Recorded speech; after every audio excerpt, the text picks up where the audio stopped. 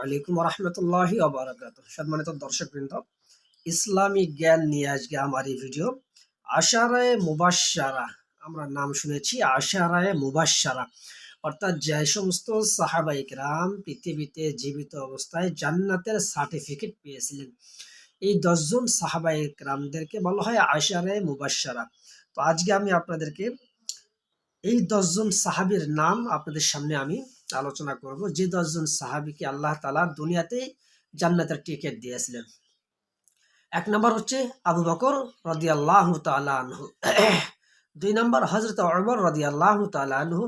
3 নম্বর হযরত ওসমান ইবনে আফফান রাদিয়াল্লাহু তাআলা আনহু। 4 নম্বর হযরত আলী ইবনে আবি তালিব রাদিয়াল্লাহু তাআলা আনহু। 5 নম্বর হযরত তালহা রাদিয়াল্লাহু তাআলা আনহু।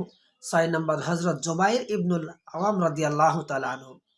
7 নম্বর হযরত আব্দুর রহমান ইবনে আউফ রাদিয়াল্লাহু তাআলা আন।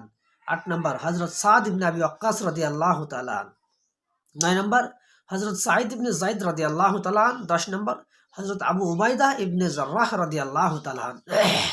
এই 10 জন সাহাবী দুনিয়াতে জীবিত অবস্থায় জান্নাতের সার্টিফিকেট পেয়েছিলেন।